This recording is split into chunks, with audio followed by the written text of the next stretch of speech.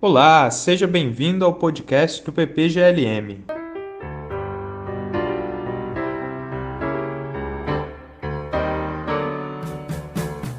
No episódio de hoje, vamos conversar com Hugo Mota, ex-doutorando pela PUC-Rio, doutorando atualmente na Universidade de Oslo, na Noruega, e mestre em filosofia pela Universidade Federal de Pernambuco. O tema do episódio de hoje é Desacordos Profundos.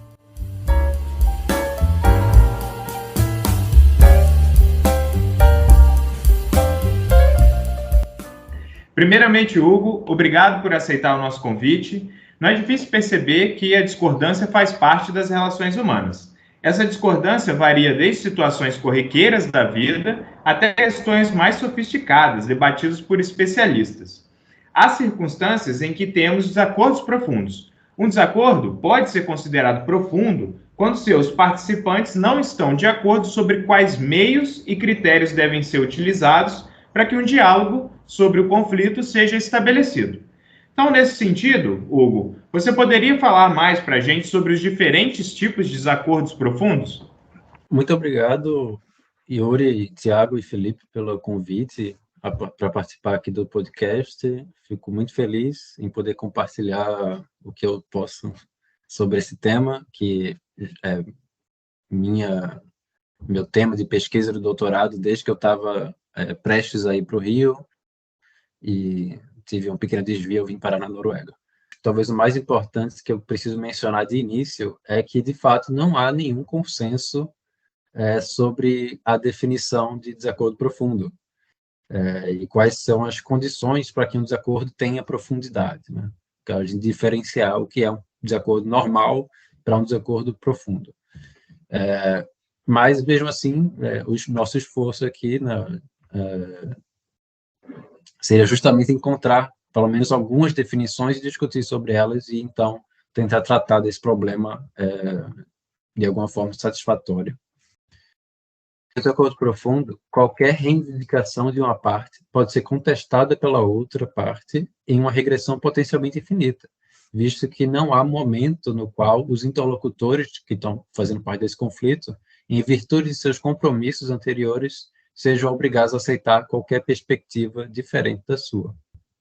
Uma distinção importante, talvez alguma pessoa mais especialista que nessa epistemologia dos desacordos, em geral, não só desacordos profundos, é entre desacordos profundos e negociações metalinguísticas. Uma negociação metalinguística acontece quando nós estamos discordando sobre a palavra ou a expressão apropriada para usar em um determinado contexto no qual uma questão normativa está em jogo. Desacordos profundos podem, é claro, algumas vezes, em alguns casos, envolver disputas verbais também, mas resolver essas disputas não seria suficiente para encontrar uma solução para o desacordo. Ou seja, compartilhar o significado de termos normativamente relevantes é necessário para que um desacordo seja de fato profundo. Obviamente, em certas ocasiões, essas negociações metalinguísticas que nós podemos realizar podem ser úteis, mesmo em casos de desacordo profundo. Ou seja, tentar esclarecer o que nós estamos querendo dizer pelas palavras que estamos usando nessa discussão. A ideia toda aqui é que não é possível ou não deveríamos descartar um desacordo profundo como uma mera discussão linguística ou uma discussão semântica. Ela vai além de um problema nesse nível. Outro aspecto também importante de desacordos profundos é que eles devem apontar para um conflito envolvendo o que Robert Fogelin, chama de framework propositions, que são certos compromissos que desempenham um papel estruturante nos nossos sistemas epistêmicos. Eu costumo chamar, hoje em dia, essas framework propositions de compromissos estruturantes. Em português seria assim. Mas até mesmo a nomenclatura do objeto, né, dos desacordos profundos, aquilo sobre o qual nós estamos discordando no desacordo profundo, o termo para descrever isso não há consenso. Existem diversas maneiras de chamar conceito. E eu não vou discutir muito isso aqui, mas que fique claro, a nomenclatura que eu estou usando, eu tento ser o mais geral possível e tento não me comprometer muito com nenhuma teoria, na medida do possível também. Então, vou chamar essas proposições aqui de compromissos estruturantes, já que eles são o que estruturam os nossos sistemas epistêmicos, os nossos sistemas de crenças. Então, podemos supor, sem muitos problemas, que a proposição ou a crença ou compromisso, Deus existe ou existe um Deus, funciona como um compromisso estruturante para uma pessoa católica. Mas, de forma mais geral, também podemos pensar em outros exemplos que se aplicam, de fato, a muitos de nós, né? Independente, por exemplo, de sua preferência religiosa. Como a proposição ou compromisso existem objetos físicos, ou eu tenho um cérebro, ou ainda a Terra já existia muito antes do meu nascimento. O que todas essas frases têm em comum? Primeiro, provavelmente você nem pensa muito sobre elas no seu dia a dia, e isso é uma característica delas. A gente costuma levar elas como dado, a gente não discute, não questiona, e não precisa, geralmente, na maior parte dos contextos, sequer pensar sobre isso. Mas, no entanto, se, por exemplo, agora, você parando para pensar, ouvindo esse podcast, comece a refletir sobre uma dessas frases, por exemplo, eu tenho um cérebro, ou que você tenha um cérebro.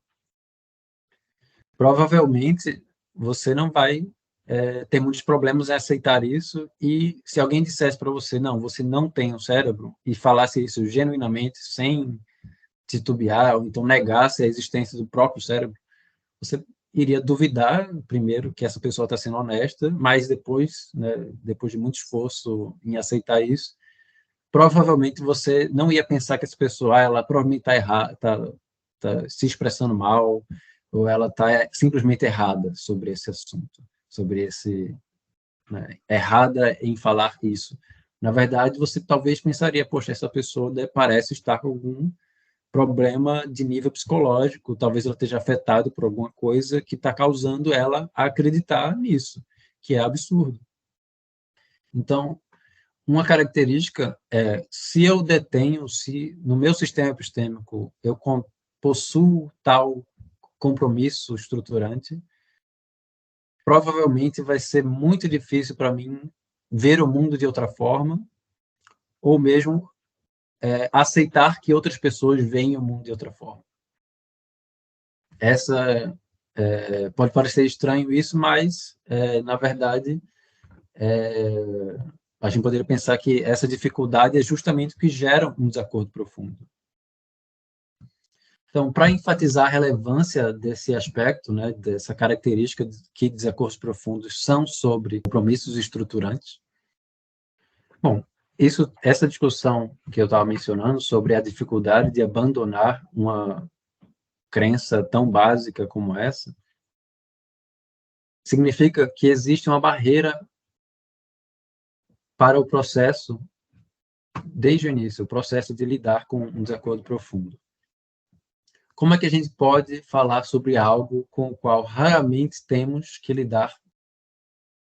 Como é que uma pessoa que herdou, foi educada a partir de uma visão de mundo racista, por exemplo, desde que nasceu, como essa pessoa vai conseguir reconhecer-se como racista quando for confrontada por alguma perspectiva conflituosa que esteja, então, apontando o seu racismo? A gente vê exemplos disso muito recorrentemente, infelizmente, na nossa vida cotidiana. Pessoas que você pode chamar de cabeça dura ou intolerantes, que não aceitam a existência de perspectivas diferentes das suas próprias. No entanto, não são só essas pessoas que sofrem, que estão suscetíveis a encontrar não são só essas pessoas que estão suscetíveis a desacordos profundos. Todos nós estamos. Porque não importa o quão aberto nós sejamos a outras perspectivas ou outras visões, isso não significa que a gente vai saber lidar quando esse choque, esse conflito de mundos cair sobre nós, né? Estiver na nossa frente.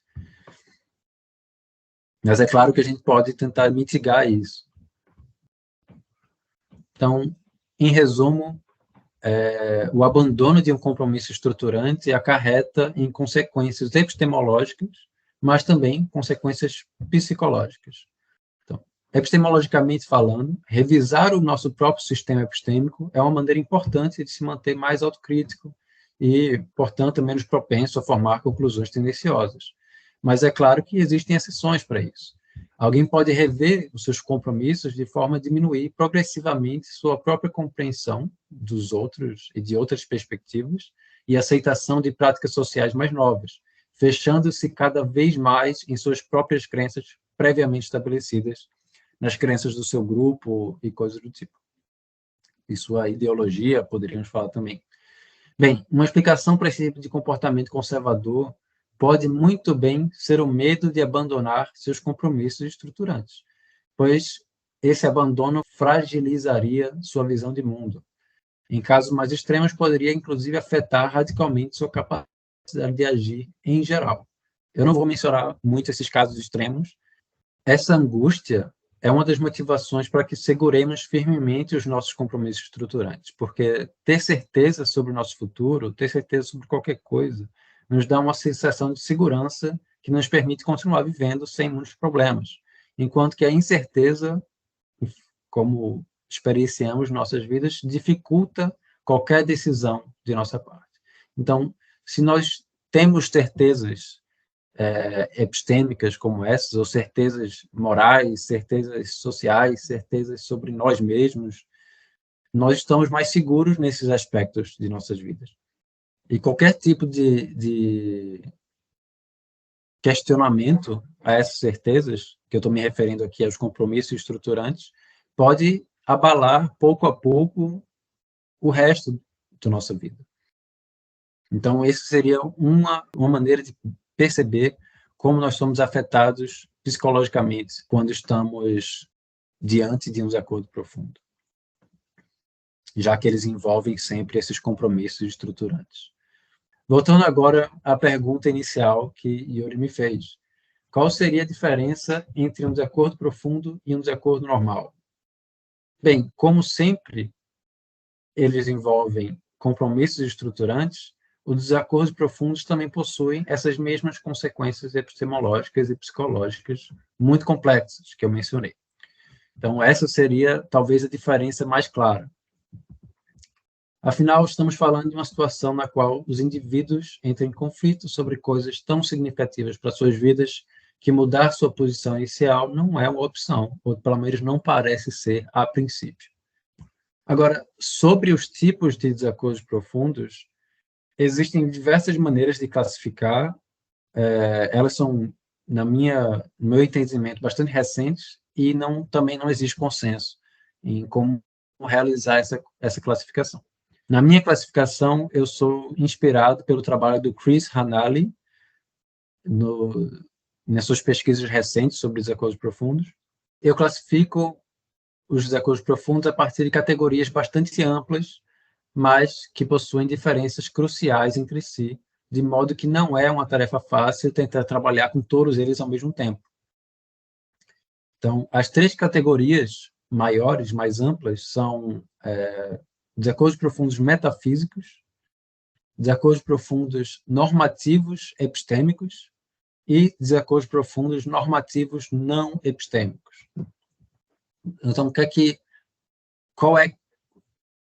cada categoria dessa possui dentro dela alguns tipos, mais especificamente falando. Então, por exemplo, na categoria metafísica, a gente pode encaixar desacordos profundos teológicos, por exemplo, que dizem respeito a fundamentos teológicos, se Deus existe, a discussão sobre ateísmo e teísmo, e outras discussões que a gente pode encontrar nesse âmbito. Não são muitas, no entanto, elas têm que estar dentro das condições que eu mencionei antes, ou seja, elas têm que envolver compromissos estruturantes, necessariamente. Também podemos pensar em desacordos profundos filosóficos ou teoréticos em geral. Geralmente, aqui a gente encontra realmente desacordos profundos mais hipotéticos, com menos proximidade ao campo prático. Então, o exemplo que eu mais gosto de pensar quando estou me referindo a esse tipo de desacordo profundo é um que está disponível que pode ser encontrado no livro Sobre a Certeza, do Wittgenstein, que inclusive eu não mencionei, mas é um dos autores do século XX que fizeram ressurgir com bastante força a discussão sobre desacordo profundo, principalmente por conta do livro Sobre a Certeza. Então, nesse livro, ele tenta ilustrar para a gente uma situação bastante esdrúxula, na qual o filósofo também do século XX da Inglaterra, George Moore, de alguma forma viajaria no tempo ou de algum outro modo absurdo, entraria numa discussão com um rei que foi ensinado desde que ele nasceu que a Terra nasceu no dia que ele nasceu. Então, que tudo surgiu no momento que ele nasceu, então, por isso, tudo pertence a ele. Então, a discussão, o exemplo que o Wittgenstein traz é de uma pessoa que vive desde que nasceu a partir dessa crença estruturante, desse compromisso estruturante, que para nós é simplesmente absurdo. Não sei se vocês já pararam para pensar sobre isso, eu espero que não tenham precisado, mas duvidar que a Terra nasceu antes que o nosso nascimento implica em muitas consequências. E se a gente fizer isso genuinamente, como esse rei do exemplo faz, ele simplesmente vai viver em um mundo completamente diferente do nosso. Ele vai ter percepções, a vida dele é quase ininteligível para nós. Então, esse é o grande desafio que o Wittgenstein coloca nesse exemplo, e a saída dele é que não existe muita saída, pelo menos não diretamente racional ou através de argumentos, mas sim através de persuasão, através de um convencimento estético, e isso aí dá pano para manga para muita discussão entre os Wittgensteinianos. Outro tipo, outra categoria, a normativa epistêmica, ela inclui desacordos profundos conceituais e desacordos profundos epistemológicos.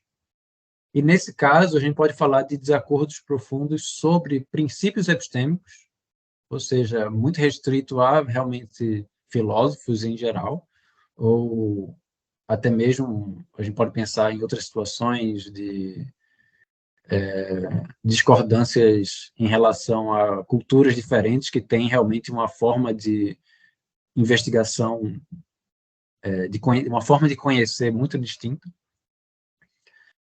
Desacordos profundos entre princípios lógicos e até princípios naturais. E aí a gente pode pensar, talvez, na discussão sobre revoluções científicas e como elas se dão e coisas do tipo. Mas, sobre esse ponto, eu acredito que seria interessante uma conversa focada somente nisso, somente em se existem ou não desacordos profundos científicos. A minha posição é que podem existir, mas não se forem entre pares, entre pessoas da mesma comunidade científica. E aí, quem sabe um dia a gente conversa sobre esse tópico. A última categoria, que é a que eu mais me interessa no momento, é a normativa não epistêmica. Ela não é não epistêmica porque ela não é racional ou porque ela não tem a ver com a epistemologia, mas simplesmente porque ela não lida diretamente com princípios epistêmicos ou com fundamentos da lógica, mas sim com coisas, aspectos da nossa vida que são normativos, mas não são diretamente epistêmicos. Por exemplo, desacordos profundos sociais, políticos, religiosos, culturais, morais, eles podem ter a ver diretamente com situações de opressão estrutural, com questões de direitos humanos, com conflitos relacionados à xenofobia, a pessoas que defendem perspectivas eugenísticas e coisas desse tipo. Beleza, Hugo.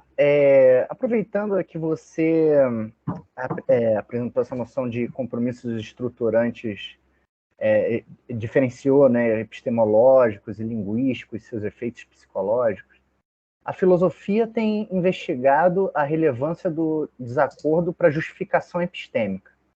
E o que tem compreendido investigações em epistemologia, mas também pertinentes interseções em filosofia da mente e da linguagem. Você pode falar um pouco mais sobre as diferentes teorias de desacordos profundos, quais são as principais teorias e as mais interessantes estratégias para lidar com esse tipo de problema? Claro, aqui a gente já começa a entrar em um território ainda menos consensual, né, porque se a definição de o que é um desacordo profundo não é consensual, mas pelo menos a gente consegue encontrar muitas similaridades entre os diversos trabalhos que tratam disso. Mas sobre as teorias, ou seja, realmente as abordagens diferentes, a cada dia surge uma nova.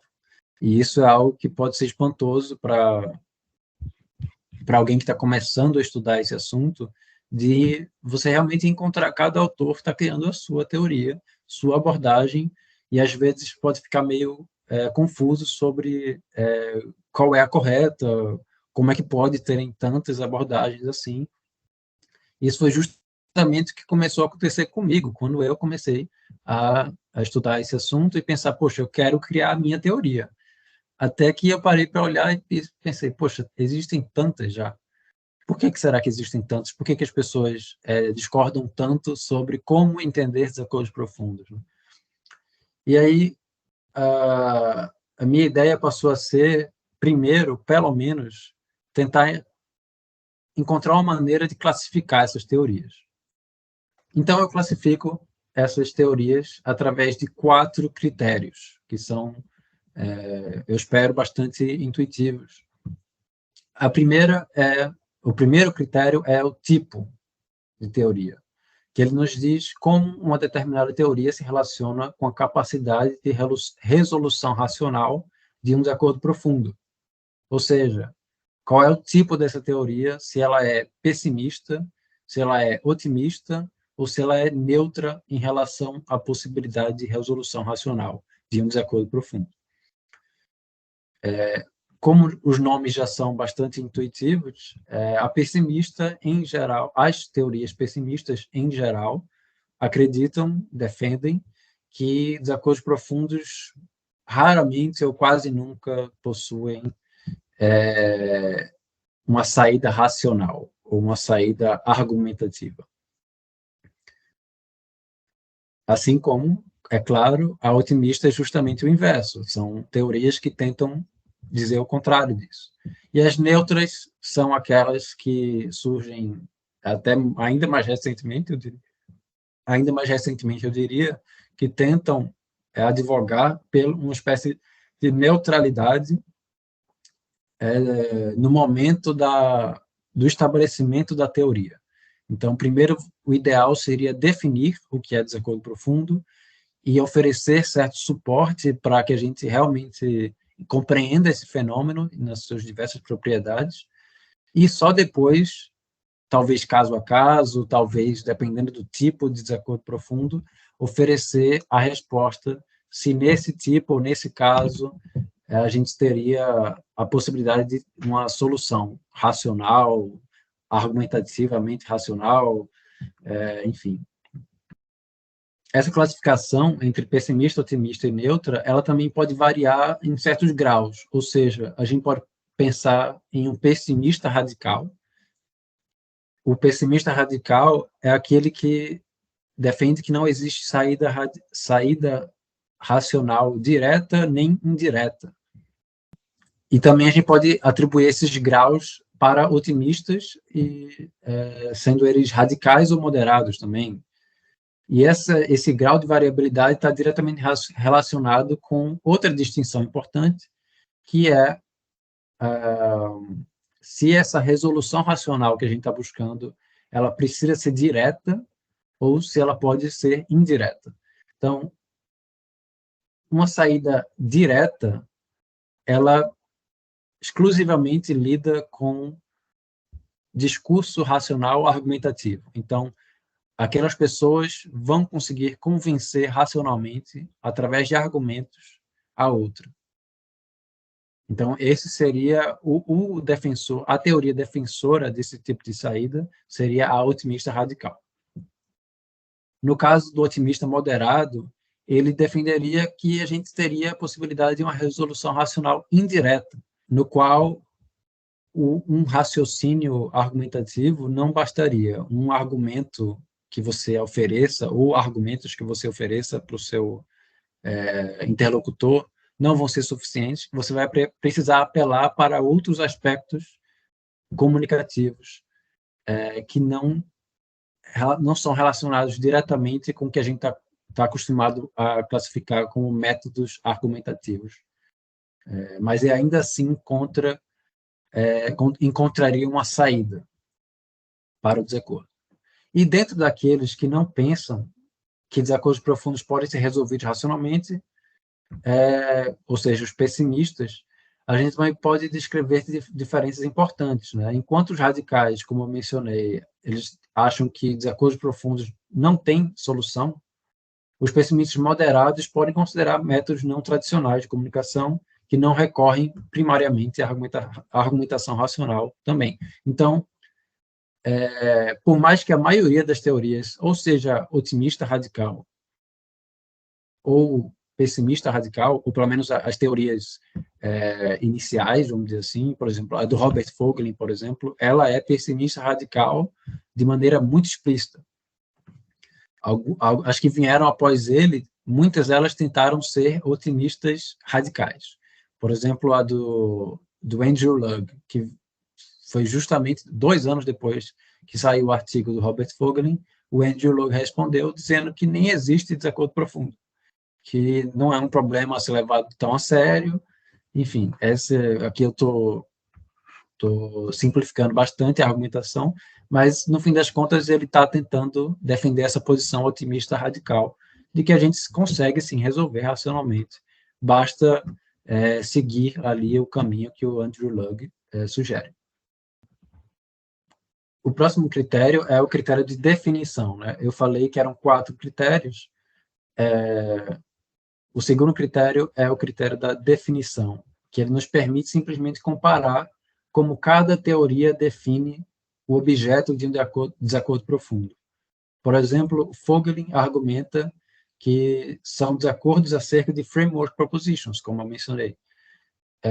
E embora essa definição seja aceita pela maioria das teorias, como todas as Wittgensteinianas, que elas simplesmente mudam a nomenclatura para range propositions, range commitments, range certainties e axial propositions. E eu falo esses termos em inglês, mas eles também têm, alguns deles têm traduções até correntes no português, na literatura brasileira.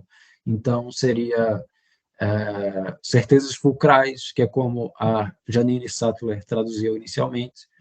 E aí, por exemplo, recentemente, ou em breve, vai sair uma coletânea que está tentando mudar essa tradução para o termo a ser usado em português para certezas axiais, que aí realmente só para Wittgensteinianos entenderem a sutileza da diferença, mas existe uma diferença.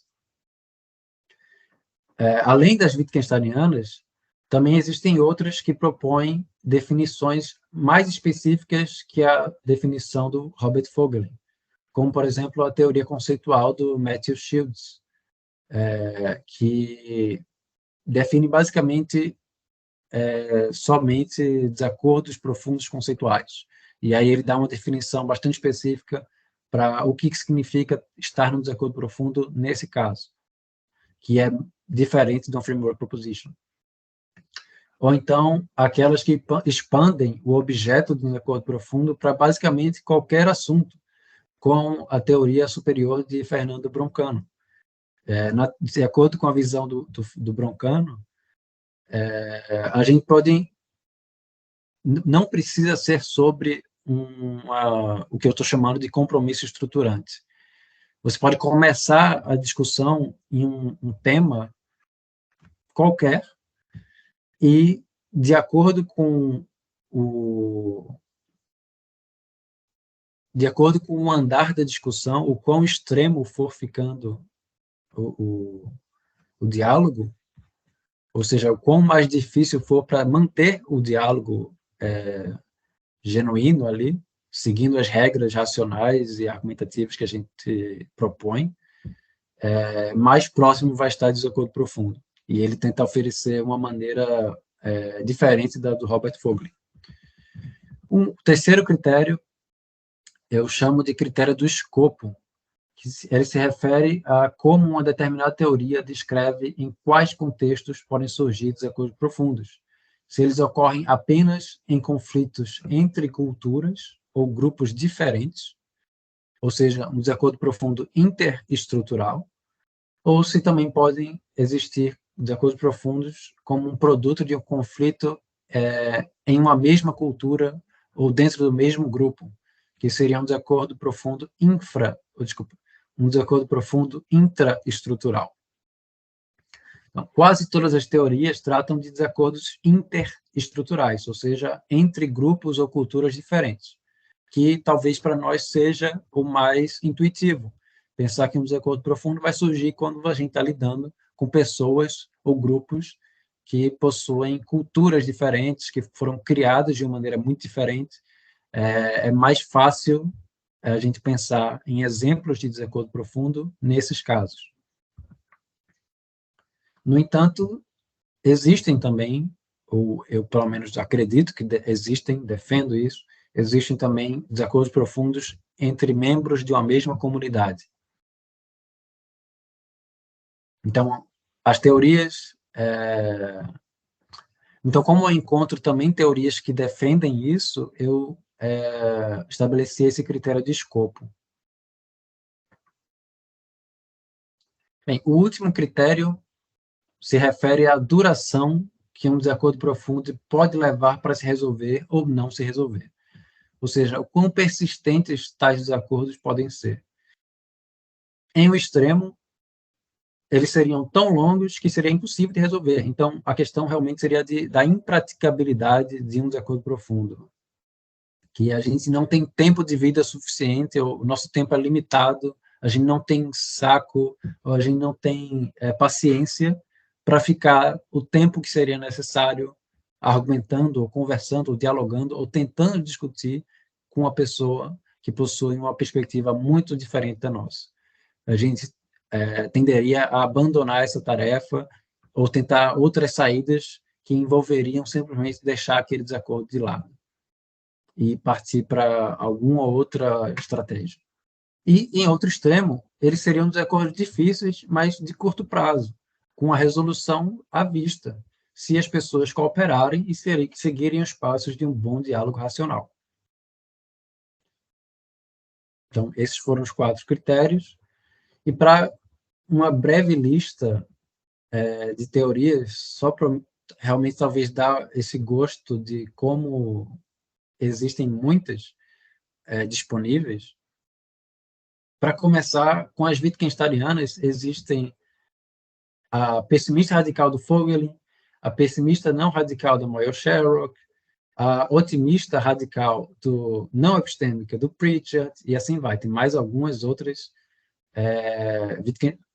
dentro do que a gente pode chamar de desacordo profundo Wittgensteiniano. Aí, seguindo, temos também a teoria do princípio epistêmico fundamental, do Lynch. Temos também a teoria relativista da Vitória Lavoreiro, que ela é epistemista moderada, é uma tentativa de revisar a teoria do Vogelin, que eu acho bastante interessante, eu tento trazer um pouco da teoria dela para a minha perspectiva. Temos também, por exemplo, uma teoria que ela é extrema desde o nome, que é a teoria da irresolvabilidade racional, que ele já define de início desacordos profundos como desacordos irresolvíveis, que nós somos incapazes de resolver racionalmente, que é a do Melchior. Aí também temos, por exemplo, a teoria hipotética do Patterson, que, de acordo com ele, não existem, de fato, desacordos profundos, mas nós podemos pensar esses desacordos profundos como situações hipotéticas que seriam epistemicamente interessantes, mas não haveria uma contraparte na nossa realidade social, por exemplo. E aí tem as duas que eu mencionei, que são a teoria conceitual do Matthew Shields, a teoria de ordem superior do Broncano, e talvez uma bastante interessante por ter surgido até antes da do Robert Fogelin, mas que não é muito difundida, é a teoria do Lyotard, do filósofo francês Lyotard, que ele tem um livro chamado The Different, que é A Diferença, que ele basicamente descreve desacordos profundos com os termos ali originais dele, ou relacionados à discussão que ele estava tendo ali na comunidade dele, mas que elas podem muito bem ser aplicadas para a discussão contemporânea na epistemologia atual, né, sobre desacordos profundos.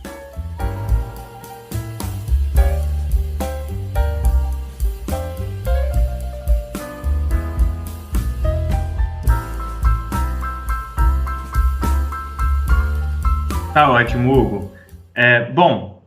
O filósofo Paul Boghossian, em seu livro Medo de Conhecimento, dirige contundentes críticas ao relativismo e ao construtivismo.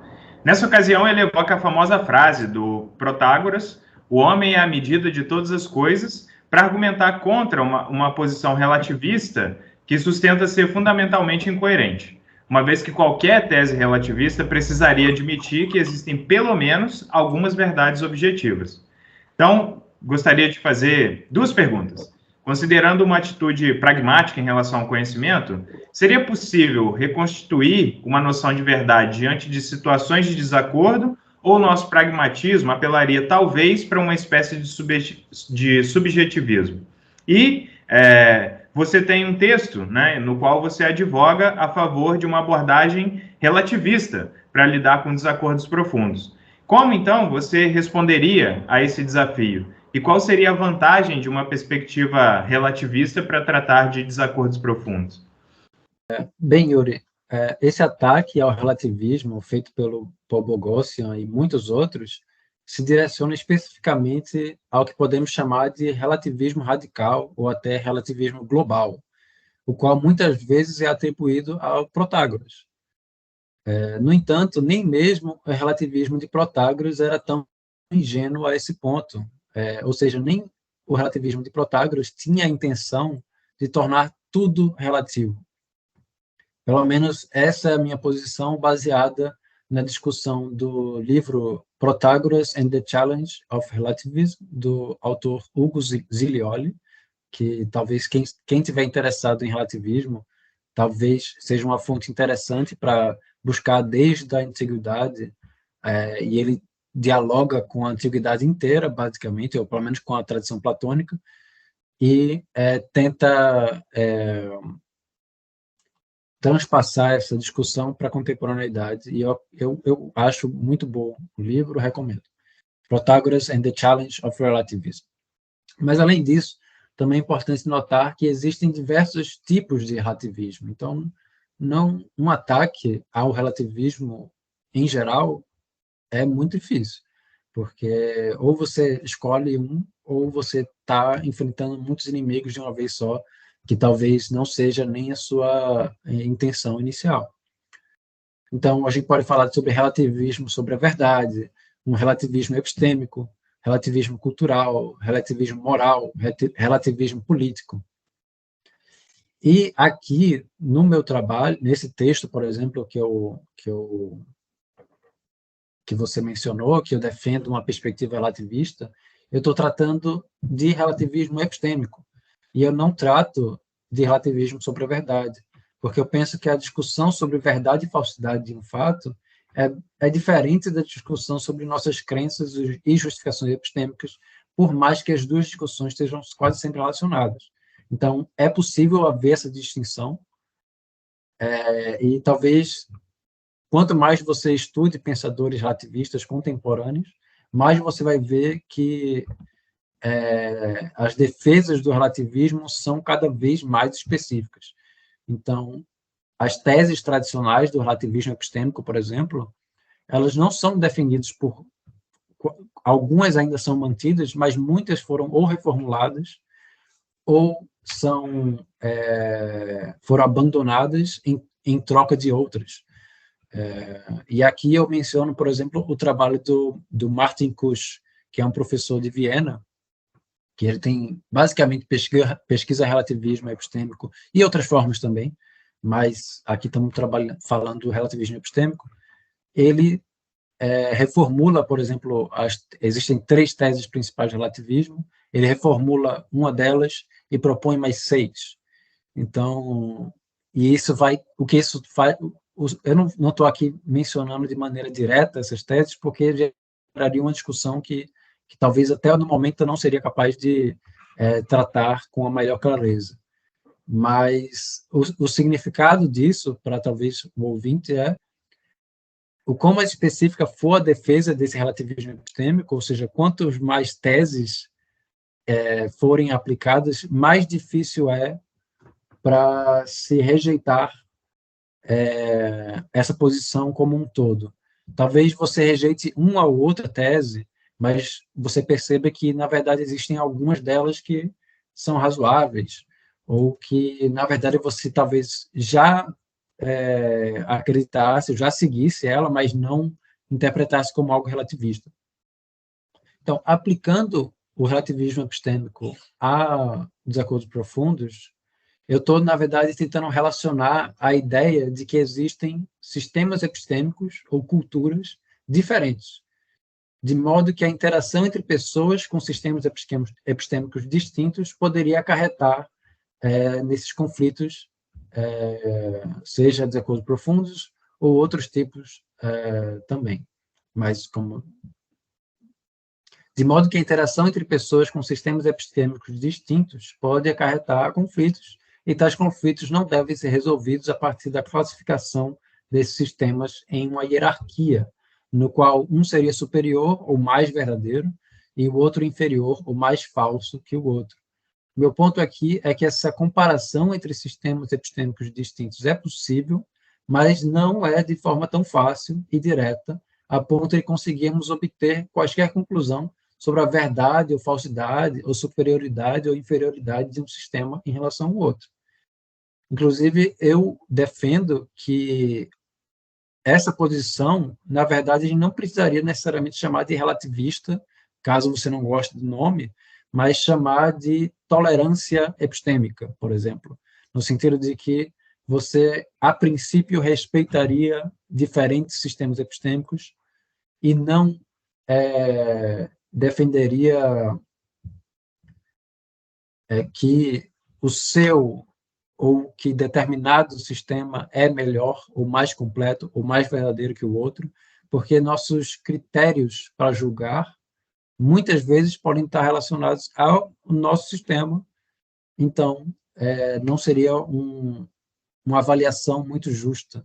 Ou seja, a dificuldade aqui é gerada a partir do momento que admitimos que não podemos julgar definitivamente a perspectiva de outros, visto que assim estaríamos impondo nosso sistema, mesmo que inconscientemente ou mesmo que implicitamente. O que é que nós podemos fazer, então? Analisar, comparar e julgar conflitos situados em seus contextos e circunstâncias. Então, é dessa ideia que eu acho que o relativismo epistêmico é por conta dessa ideia que eu acho que o relativismo epistêmico é importante para tratar de desacordos profundos. Assim como a Vitória Lavoreiro defende no trabalho dela, eu acredito que essa forma de relativismo epistêmico nos auxilia a perceber que a busca por um método único, capaz de compreender e posteriormente propor soluções a desacordos profundos, na verdade está fadada ao fracasso, e nossa melhor alternativa é buscar uma análise caso a caso, tipo a tipo, levando em consideração os contextos e circunstâncias desses desacordos. Hugo, nós temos diferentes métodos de comunicação, sendo argumentativos ou não argumentativos, para lidar com desacordos profundos, né? Em linhas gerais, quais os diferentes métodos de comunicação para lidar com cada tipo de desacordo profundo? Essa pergunta já entra mais no que eu entendo ser a parte mais interessante e mais desafiadora de se pesquisar desacordos profundos. Porque aqui a gente está pensando na resposta, de fato, né? A gente saiu da definição do que é um desacordo profundo e partiu para como a gente resolve ele. Pelo menos supondo que eles existem, como a gente consegue resolvê-los. Então, em linhas gerais, eu entendo que existem estratégias argumentativas e métodos de comunicação alternativos. Esses são os dois nomes são as duas nomenclaturas que eu uso atualmente. Então, dentro das estratégias argumentativas, nós temos as que acreditam. Dentro das estratégias argumentativas, nós temos as que buscam uma resolução racional direta, e aqui a gente pode encaixar a perspectiva do Pritchard, do Duncan Pritchard, do Andrew Lugg, no qual a argumentação tradicional é suficiente, porque, na verdade, desacordos profundos não são tão problemáticos assim e nem existem, ou não existem de fato. Então, a gente pode simplesmente usar os nossos métodos de comunicação argumentativos mais tradicionais, que, obviamente, podem falhar, podem ter problemas, mas nada muito extremo como parecia ser inicialmente. Eu chamo essa perspectiva de Nothing to Worry About, porque esse é o título do artigo do Andrew Lugg. Ou seja, nada para se preocupar. Outra estratégia de resolução racional direta seria o método de diálogo racional proposto por Kalla e Bruckmann. E aqui a gente está tratando de um método de diálogo racional persistente e meticuloso, direcionado a diminuir posições extremistas de cunho experimental. Então, aqui eu estou buscando isso da psicologia experimental. Esses autores, eles propõem esse método que pode ser replicado e testam, né, experimentam com pessoas, eles especificamente focam em pessoas que possuem crenças extremas relacionadas a racismo e temas relacionados a gênero.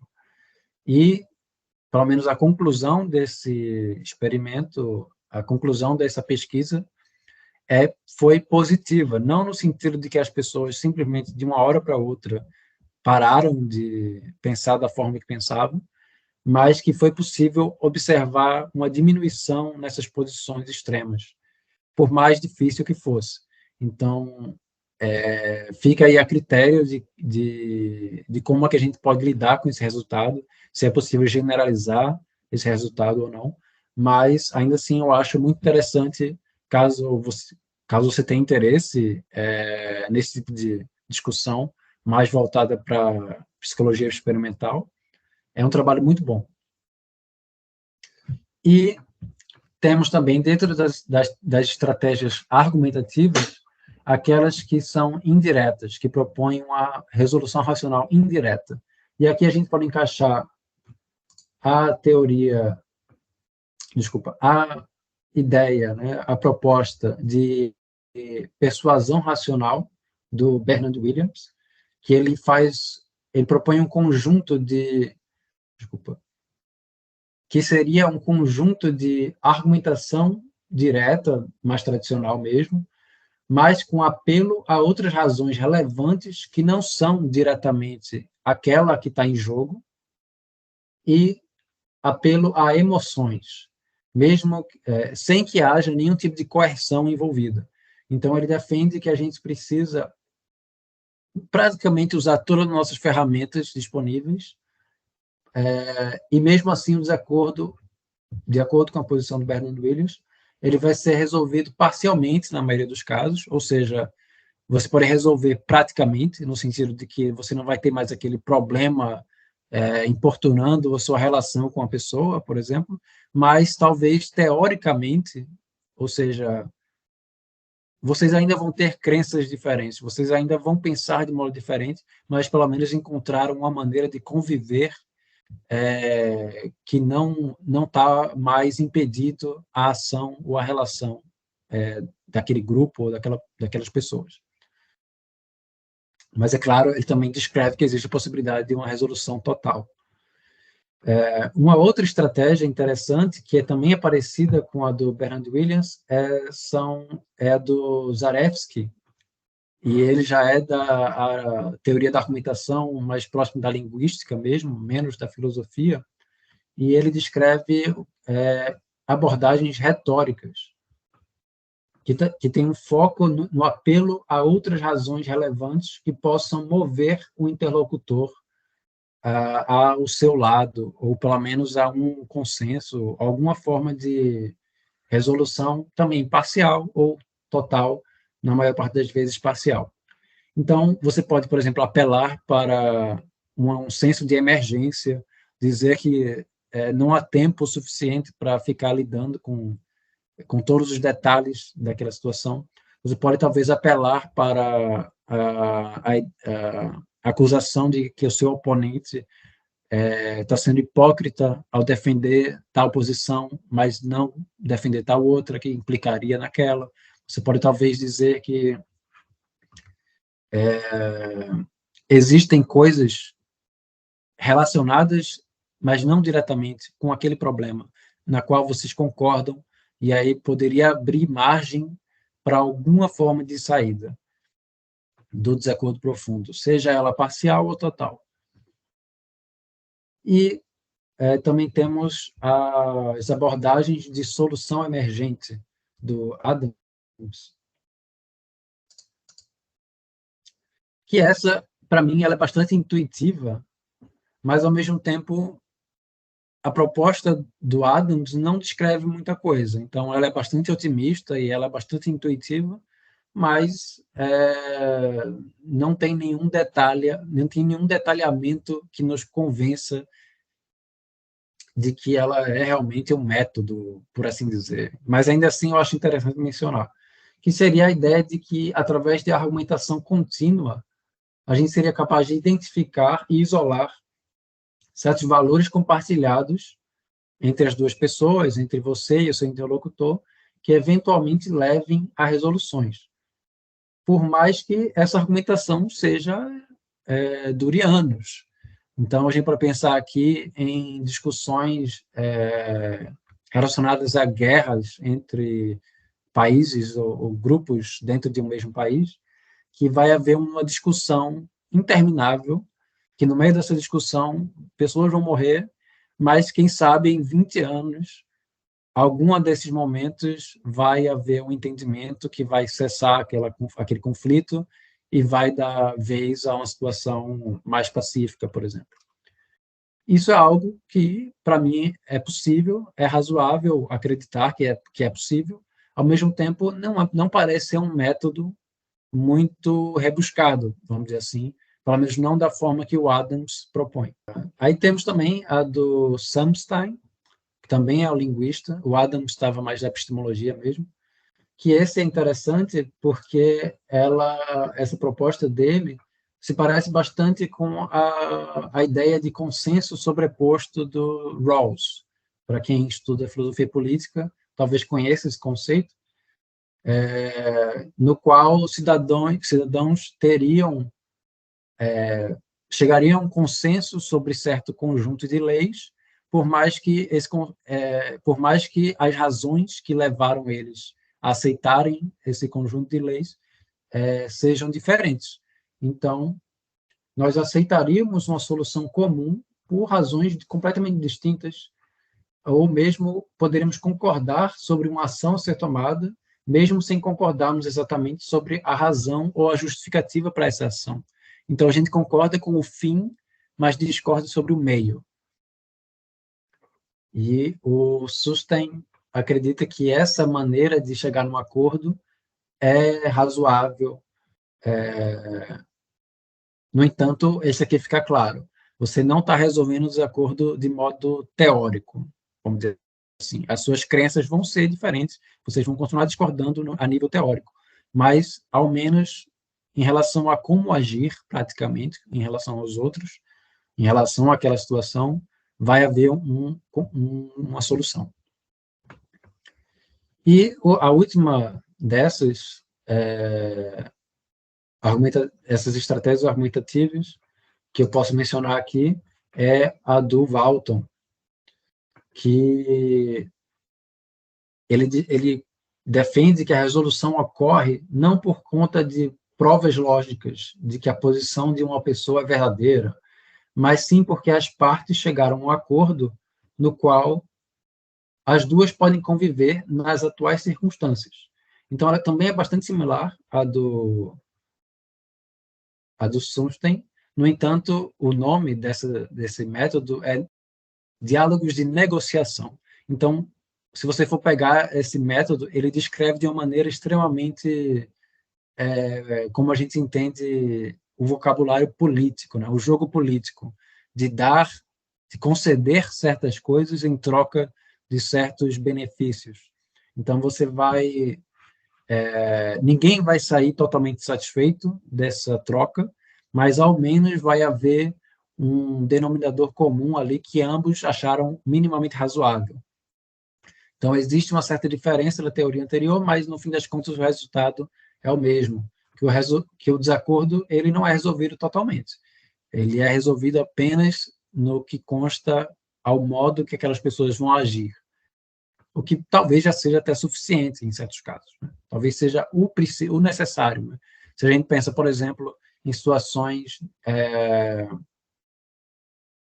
em desacordos profundos, que algumas pessoas consideram como desacordo profundo, o debate sobre aborto.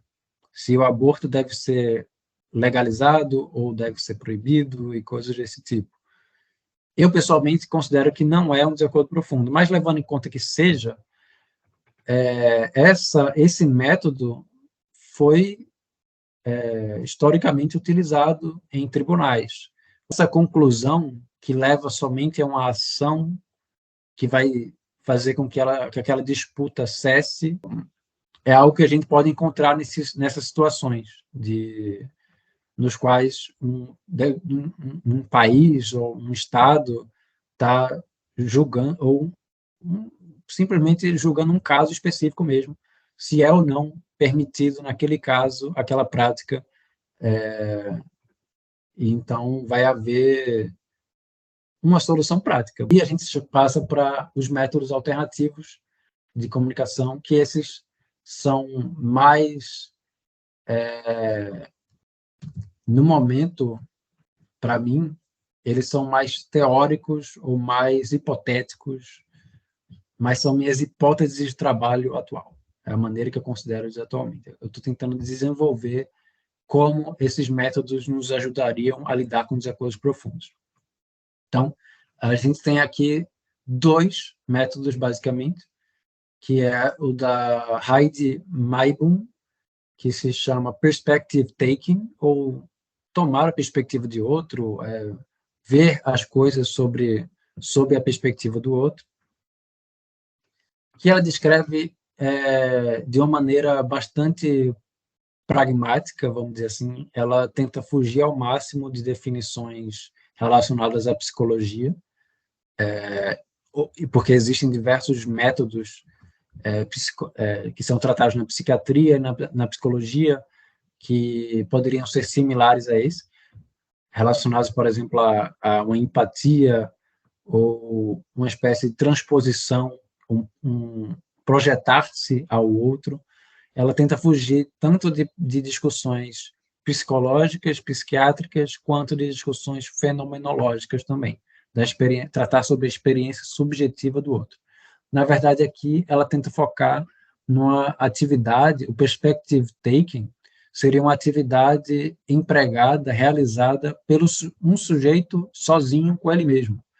Então, supondo aqui que eu me encontrei num desacordo profundo com uma pessoa, um desacordo profundo cultural, por exemplo, um choque cultural. Se eu tento aplicar esse método, o que é que eu vou fazer? Eu vou começar a refletir comigo mesmo sobre como aquela pessoa talvez pense, como ela, as experiências dela a levaram a agir daquele modo. Eu posso dar um exemplo bem esdrúxulo que não é exatamente um desacordo profundo, mas é um choque cultural que eu encontrei aqui na Noruega, por exemplo, que a maneira que os noruegueses, aparentemente para mim pelo menos, e pelo que me foi contado, lidam com nudez em público é muito diferente com a maneira que nós fomos ensinados no Brasil, por exemplo, ou em outras culturas mais próximas à nossa, né? No sentido de que aqui as pessoas não têm muitos problemas em irem para uma praia e ficarem sem roupa. Por mais que a maioria delas tenha aviso que aqui é uma praia de nudismo, mas não vai existir nenhum problema se houver uma família. Muitas vezes a própria família vai estar sem roupa e as crianças são ensinadas a não terem problema nenhum em com nudez, por exemplo. E tem vários outros ambientes em que é normal, é considerado...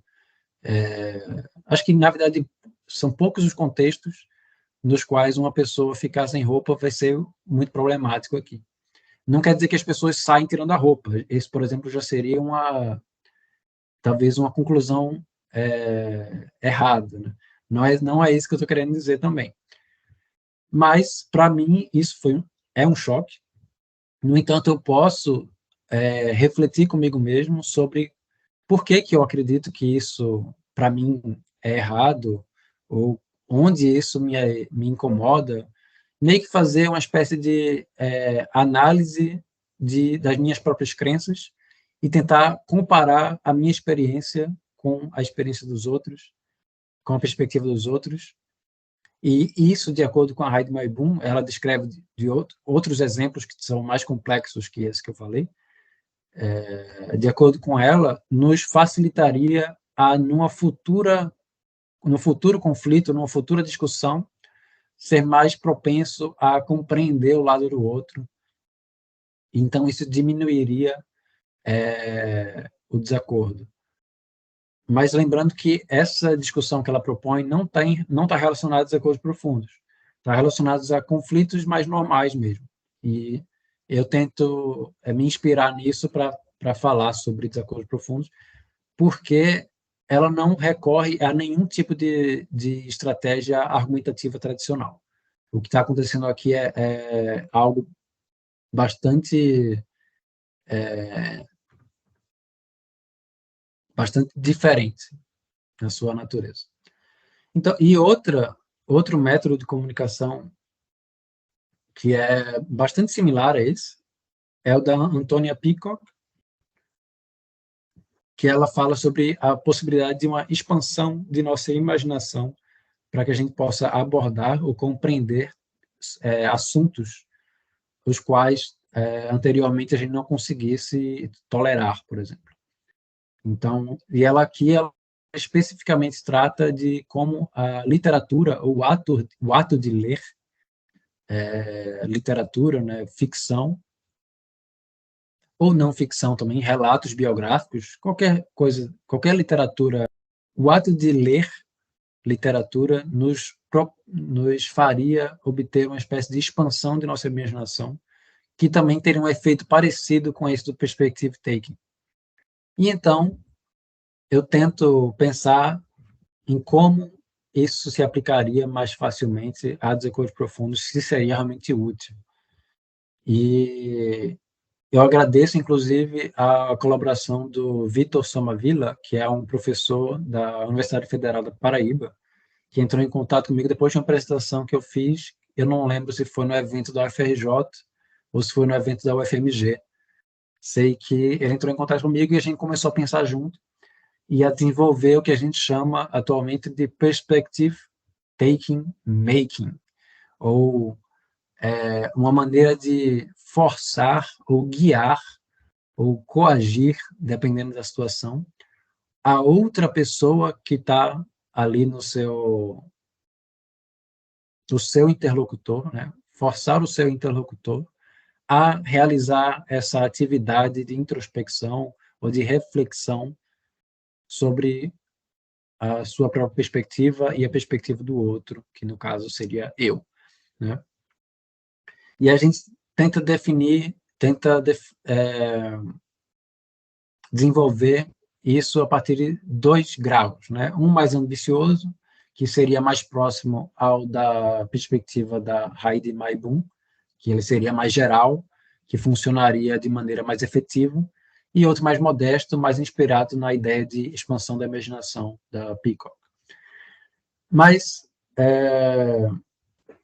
para dar um encaminhamento mais claro sobre como é que funcionaria esse Perspective Taking Making, eu gosto muito de pensar em situações como a de racismo, especificamente o conflito entre pessoas brancas e pessoas negras nos Estados Unidos no século passado, e a figura que me vem à mente que claramente seria um representante nosso de alguém que na história realizou esse tipo de método, né, tornou esse método realidade, é a Audre Lorde, que é uma pensadora muito importante para a história da luta contra o racismo nos Estados Unidos, mas a gente pode pensar globalmente também,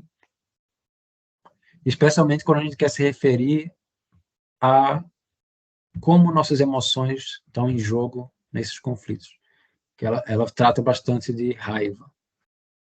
Mas aqui o meu exemplo não se direciona, não trata diretamente sobre raiva, mesmo assim.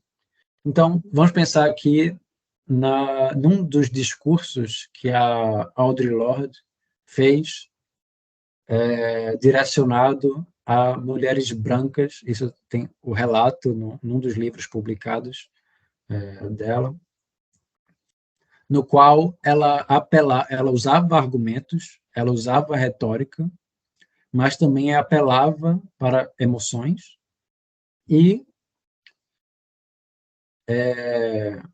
executava, por assim dizer, essa espécie de... ela servia como um guia ou uma motivação para que aquelas mulheres brancas que estavam ouvindo ela refletissem sobre a própria realidade delas e identificassem na realidade delas, na experiência delas, similaridades com a experiência de sofrimento, a experiência de opressão da mulher negra.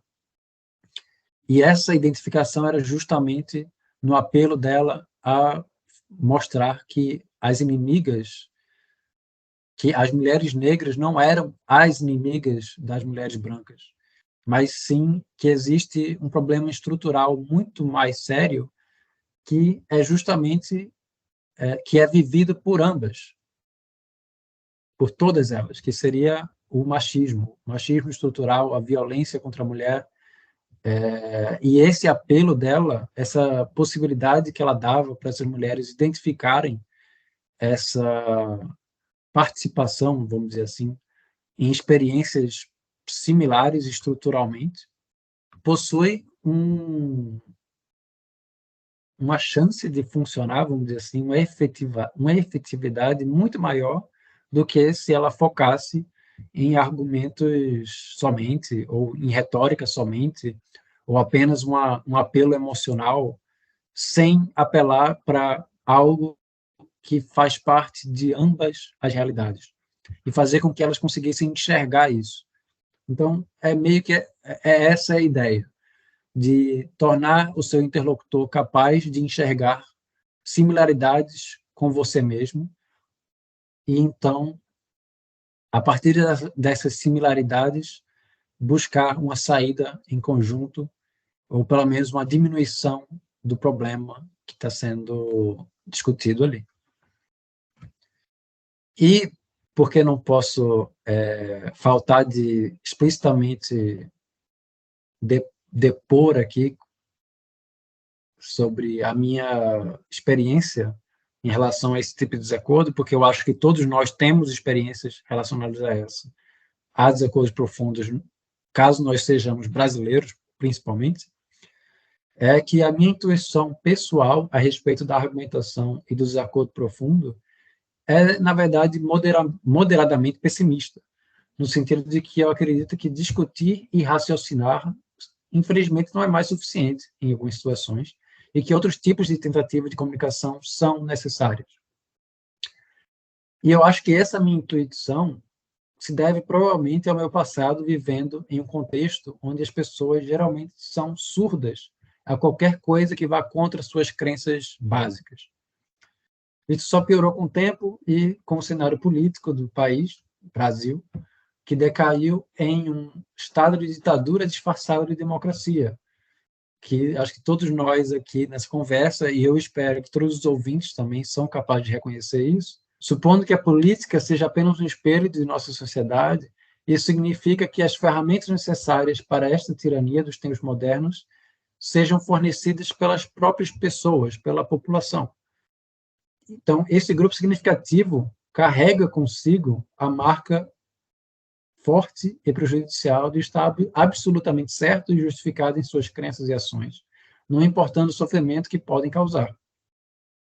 Obviamente, vocês, eu espero, sabem do que eu estou me referindo, de que grupo acredita que está absolutamente certo em suas ações e é intolerante.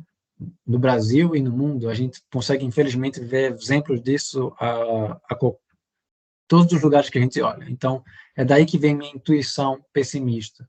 Então, os únicos momentos que testemunhei grandes mudanças vindas de pessoas que, orgulhosamente, pertencem a grupos similares a este, estavam relacionados a uma empatia, ou, poderia dizer, uma perspectiva recém-obtida com o lado oposto, provocado por um sofrimento semelhante.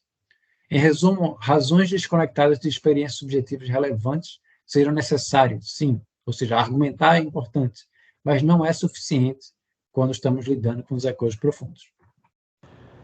Tá ótimo, Hugo. Aproveitando então, para finalizar, né, você poderia falar um pouco mais sobre a sua pesquisa atual? Claro, a minha pesquisa atual está muito relacionada com o que a gente conversou aqui, mas ela se foca especialmente no que eu falei, que são desacordos profundos sociais.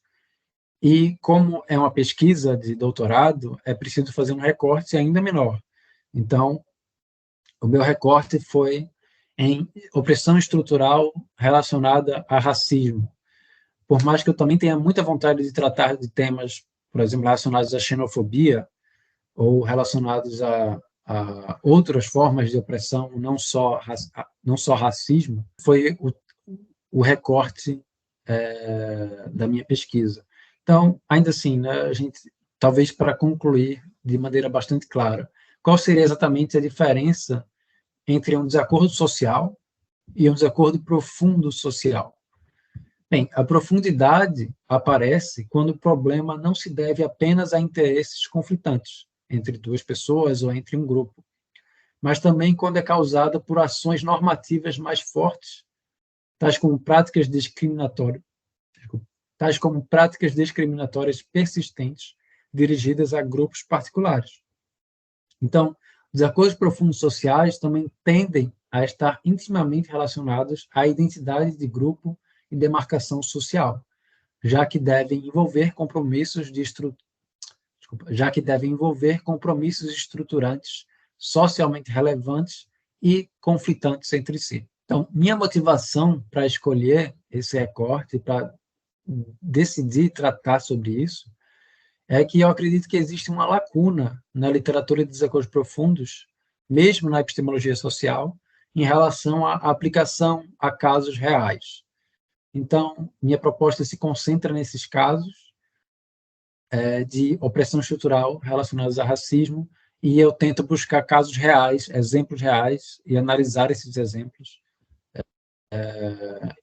Eu espero que consiga, a partir disso, o meu objetivo a partir disso é não só alcançar uma compreensão teórica, uma compreensão epistemológica relevante, mas também oferecer saídas práticas para essas situações. Então, essa relação entre desacordo profundo e opressão é bastante nova na literatura da epistemologia social.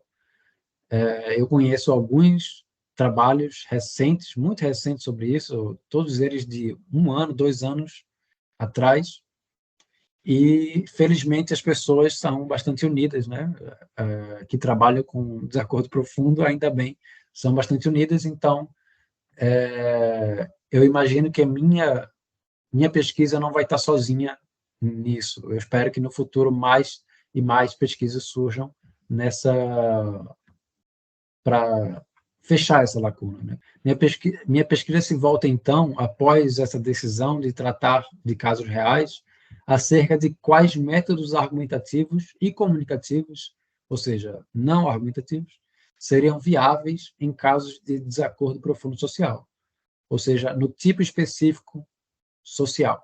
Eu não estou mais tentando encontrar saídas para todos os tipos, mas somente para esse tipo, justamente por conta da minha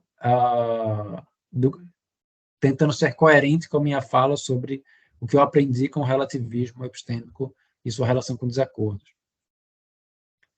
E, no momento, a minha hipótese é que a argumentação por si só não é suficiente, de modo que a gente precisa de ferramentas não argumentativas, como, por exemplo, perspective taking, para encontrarmos saídas positivas ao conflito, que envolvem tanto o reconhecimento do desacordo por parte do opressor, porque muitas vezes o opressor não reconhece que tem um conflito, que ele oprime, seja explicitamente ou implicitamente, seja inconscientemente ou não. Existe essa dificuldade inicial de estabelecer um reconhecimento de que ele está oprimindo, de que existe um conflito e que esse conflito é muito difícil, muito complexo. E esse reconhecimento muitas vezes precisa ser guiado ou até mesmo forçado pelo oprimido, através de protestos, através de discursos, através de maneiras de furar essa distância, né? Quebrar essa distância.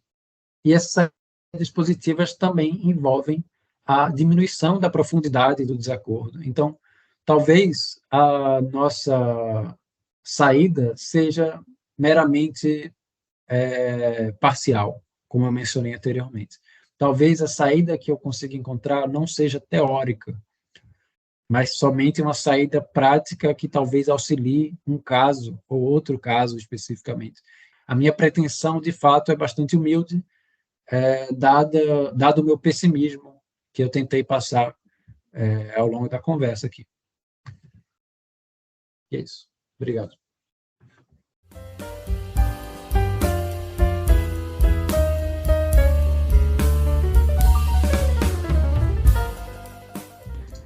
Bom, Hugo, nós agradecemos muito pela ótima entrevista e também agradecemos a você que nos ouviu pela sua audiência. Pedimos que compartilhe esse episódio com os amigos e nos acompanhe nas redes sociais, porque assim você ficará por dentro de todas as nossas atividades e eventos.